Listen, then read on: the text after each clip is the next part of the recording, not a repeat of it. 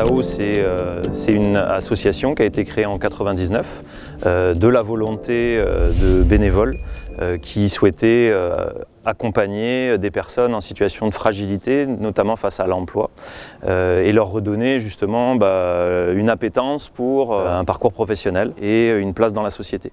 Donc aujourd'hui à Atao, on a 3 pôles de compétences techniques. On a un pôle de compétences industrie. Ce pôle-là donc développe des activités de menuiserie et de métallerie sur un site situé sur l'île de Nantes, d'à peu près 3000 m². Le deuxième pôle de compétences techniques, c'est la partie environnement et bâtiment. Donc là, on développe des activités d'entretien et de restauration du patrimoine bâti et des activités environnementales, notamment de gestion des espaces naturels. Le dernier pôle de compétences, c'est un pôle mobilité. Donc là, on développe des activités de réparation, de vente et de location de véhicules, que ce soit des 4 roues ou des 2 roues. Ensuite, à côté de ça, on a une dernière action qui est plutôt à visée sociale, celle-ci. C'est une action de dynamisation. Donc elle permet à des publics encore plus fragiles que ce qu'on peut accueillir dans les pôles techniques, c'est-à-dire des personnes qui sont vraiment encore plus loin de l'emploi. C'est plutôt destiné à des publics féminins.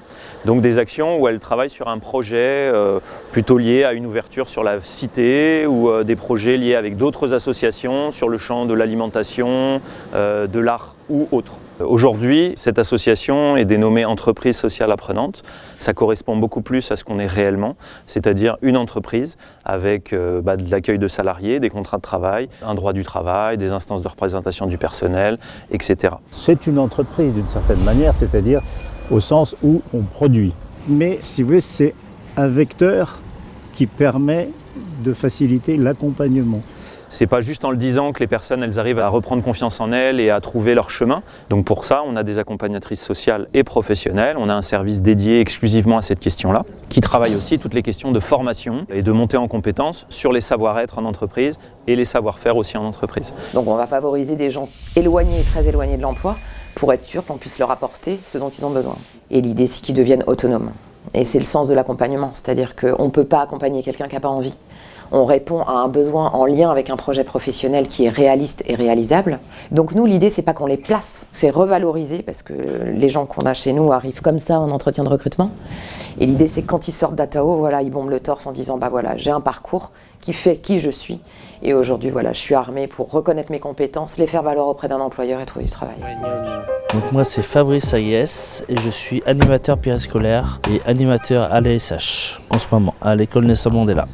Mon métier de base, c'est l'industrie, parce que j'ai un BEP productique. Et suite à un événement qui s'est passé en 2014, un événement personnel, il a fallu que je me reprenne en main. Chez Atao, j'ai eu un suivi global. J'ai passé mon BAFA de base, j'ai passé mon PSC1 pour le secourisme. Après, j'ai fait mon stage pratique. Et après, je suis entré en périscolaire pour la ville d'Orvaux, puis après la ville de Saint-Herblain. Je me dis qu'il n'y a pas d'âge pour apprendre. On a chacun notre histoire et qu'on a, et ça m'a vraiment permis de reprendre, trouver les clés pour justement pour avancer, parce que j'en avais besoin.